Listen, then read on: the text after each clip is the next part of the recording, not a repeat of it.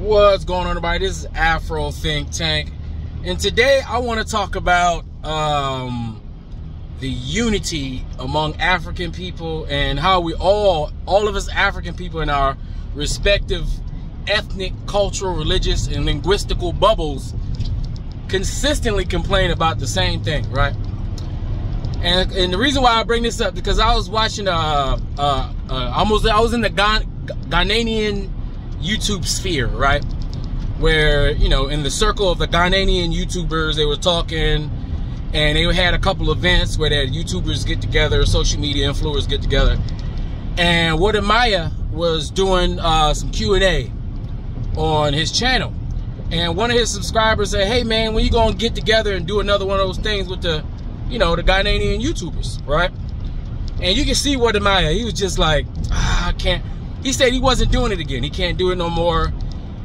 It is messing up. It messed with his peace of mind. He said people were stabbing him in the back, you know, and you can tell Wode Maya is you can tell he's of the same spirit as me, right? You can tell that he genuinely cares about unification of Africans worldwide. You know, he really puts a lot into it. And people like him and like myself, people who care and do things with their care, like they take action, trying to support people like us, we tend to get taken advantage of, right? And y'all know what I mean. If you're that type of person, you know, we tend to get taken advantage of by people who see our kindness as weakness, right? And so at some point, you know, you just got to stop it for a peace of mind. And you could just tell, and he didn't want to, that were other YouTubers that he could have threw some people under the bus, but he didn't, right? Even though there are people who know who it is, you can kind of figure out who he was talking about, but he wasn't trying to start any extra beef. He wasn't trying to beef at all. He was simply saying, you know, dealing with these other Ghanaian YouTubers is a headache and a half, and for the peace of mind of him, he's not going to do it. Now, he said he'll show up if he gets invited to an event, but he's not going to go out his way and do all these things, right?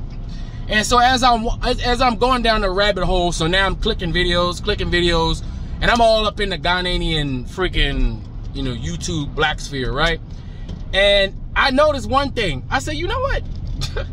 The same stuff that Ghanaians complain about when it comes to their own people, right? The crabs in the bucket mentality is the same thing that African Americans in the African American YouTube social media sphere complain about within our own communities.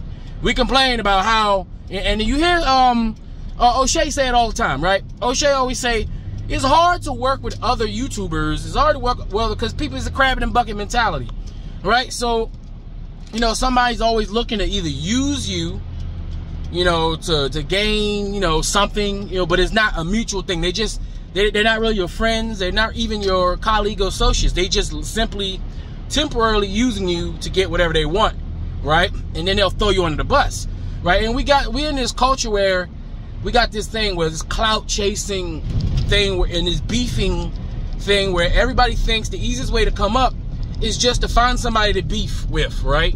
Find somebody to beef with, and if you got enough personality and you can make it dramatic enough, you know, YouTube's gonna push the video and we all gonna make money and shit get out of hand. And you know, people done got killed within various different communities. And now I'm not just talking about the black community, I mean all social media community, white, black, Asian, Hispanic. Everybody's like taking it to other levels, trying to one up each other on who can be the most craziest, who can be the most obnoxious, who can be the most just exuberant, who can be the most assholish, right?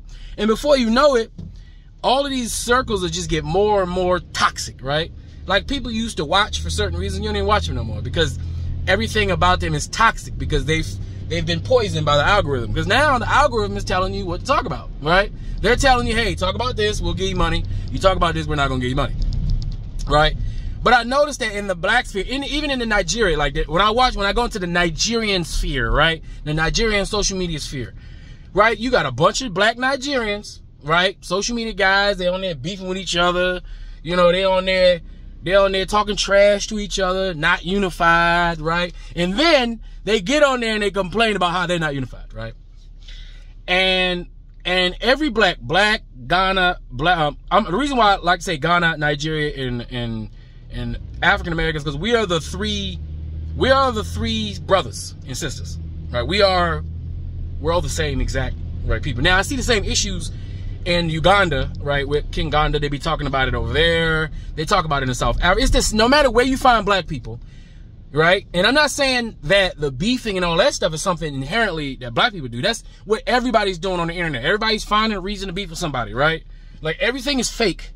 Even the fake attitudes, the fake fighting, until somebody feeling get hurt for real. And then we got lawsuits flying all over the place. And we got people talking about pull up. And then, you know, it only take one coward with a gun or one dude who's like not off their rocker to actually do something. And then shit got serious, right? All for some YouTube clout, some likes and shares and shit, right? But I just noticed that all of us are black people are the only ones, listen, black people are the only ones within this fear of everybody clout chasing and beefing for views and shit. We're the only ones that will do it and then simultaneously complain about how our respective groups are not unified, right? Like African Americans, for all the FBA talk, Tariq Nasheed's group, because that's the Tariq Nasheed group. The FBA is one group, right? For all the trash that they may talk about other groups, right? You know, when they're battling or whatever, they're not unified amongst themselves. They fight, and why can't we unify, right? And then you have the ADOS people. Hey, why can't we unify? Like, it don't matter how small we chop ourselves up as Africans. It don't matter how many tribes we create, you know, within that group, we're gonna complain about how we're not unified and how we don't work together and why can't we just work together? So what that tells me is that inherently black people, Africans, Ghanaians, Nigerians, Ugandans, African Americans, South Americans, Tanzanians, Cameroonians, Gambians, all of us, we all truly and honestly want to unite. And we all truly and honestly want to be unified. We just don't know exactly how to do it. Because, I mean, we are coming into, we're all becoming smarter, right? We're all still learning about what it is that, you know, what situation we're in, right? The situation is very fluid and there's a lot of things changing, right? And we have to adapt to it.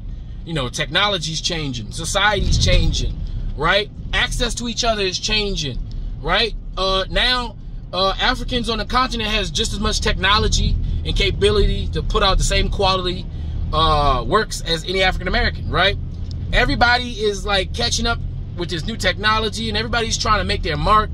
But I just know that Africans people are the only ones who will beef with each other on one video, then the next video talk about, man, see, this is why we can't never do nothing. This is why we can't never unify. So that tells me that the spirit of the African wants to unify. I don't care how much, you know, these gossip, because this is all gossip, right? You got people on YouTube who make real content, original thought, right? Then you got people who just react to everybody, all the real creators on the internet, right?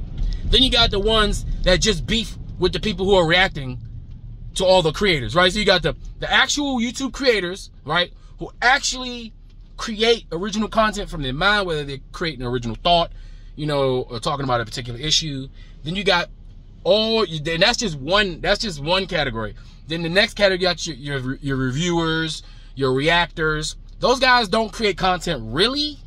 You know, they bounce off other people's content. And a lot of those guys start a lot of beef, right? Because they're criticizing other people. And I mean, that's part of the job. Just like paparazzi, right? Before we had social media gossip girls, right? Even the dudes, y'all gossip girl, like Antoine, he's a gossip girl, and Anton Daniels, these are girly men, right? On the internet, gossiping about fucking celebrities and shit, right? Before that, we just had the paparazzi. And we know how dangerous the paparazzi was, right? But we don't think about how dangerous these reactor people can be, because they cause a lot of problems, right? Right? Because they're reacting safely from behind their computer, right? They talk a lot of, some of them talk a lot of shit. They're real tough behind that computer, right? Real tough, right? Real tough. Everybody's boss, right, behind the computer or whatever. But I just noticed that, you know, some issues are a human thing, right? So we complain about, sometimes we'll say it's inherently Ghanaian. So I hear the Ghanaians saying, oh, that's what's wrong with us Ghanaian people, right? And then I hear the Nigerians say the same thing. Oh, that's what's wrong with us Nigerian people. And then African Americans say the same thing. That's what's wrong with us African American people. And I'm just thinking like, no, that's just people, right? It's not particularly because you're from Ghana, because you're Nigerian. It's not a cultural thing. It's a human thing. Some shit humans do are human traits, right? Like in the white community. Did y'all know that in the white community, first of all, they don't have a community. They're not communal like us. So they don't even hold each other to that same standard, right? They don't complain when they beef, because they do the same shit, right? They don't go back and complain about, oh man, us white people, we just need to stick together. How often do you hear white people saying they got to stick together? If you really think about it, how often have you heard any type of white person say, hey, complain on any type of communal level that they're not sticking together? The only ones that you ever going to hear talk any kind of unification of white people are going to be the neo-Nazis and the Ku Klux Klan and those type of racist white nationalist groups. Those are the only white people that try to stick together, at least on the surface. But even within those groups that are operated just like gangs, it may seem like everybody's unified in a big family, but at the end of the day, if they're not serving the interests of the organization, they have no value. So when they try to leave, you know, they get punished, right, severely. Or if they go against the code, they get punished severely. They're not organizations of love. It's organizations of dominance and control. So they don't. So their unity, it only manifests itself with death, destruction, right, and killing and xenophobia and racism.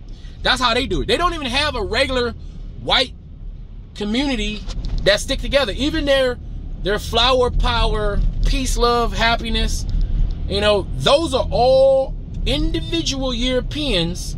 Even if they're talking with, they don't even talk with one voice. They talk individually, but they attach themselves to the black community when the causes are similar, right? Notice you don't hear Asians, right? You don't hear in the Asian sphere, you don't hear people, Asians say, yeah, we need to stick together. We're not sticking together. You don't never hear Asian people complain about sticking together because they don't have that type of culture.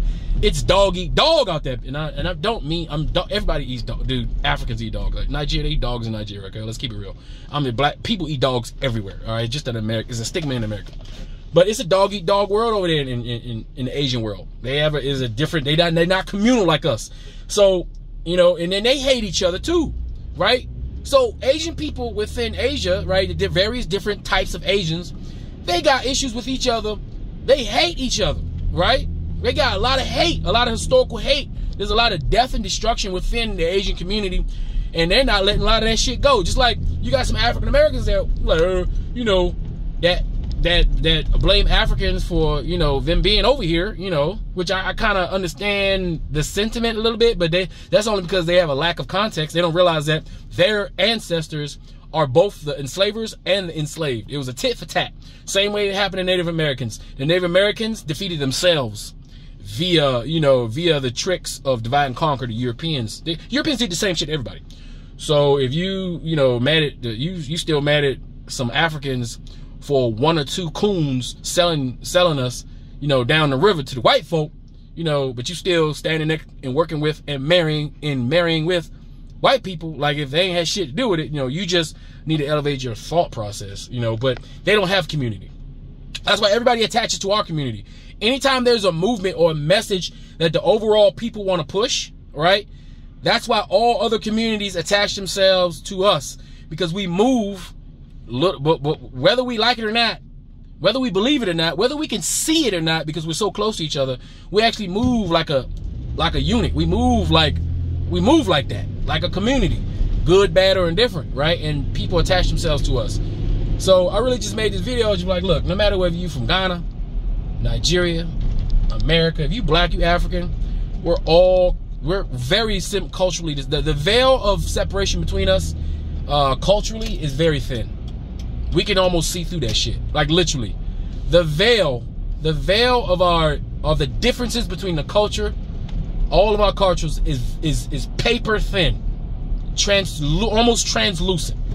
And it's gonna come upon a time where we're gonna come to that realization, and when we do, we as black people will be much better for it. We'll be able to reinforce and try to move towards establishing that unity that we all complain about every day within our various different ethnic and religious and cultural and linguistic African groups. Eventually we'll get there. Eventually we'll get there. All right. But anyway, that's all I got to say. Tell me what you guys think about this in the comment section. Just Afro Think Tank, learn some tea. I'm out.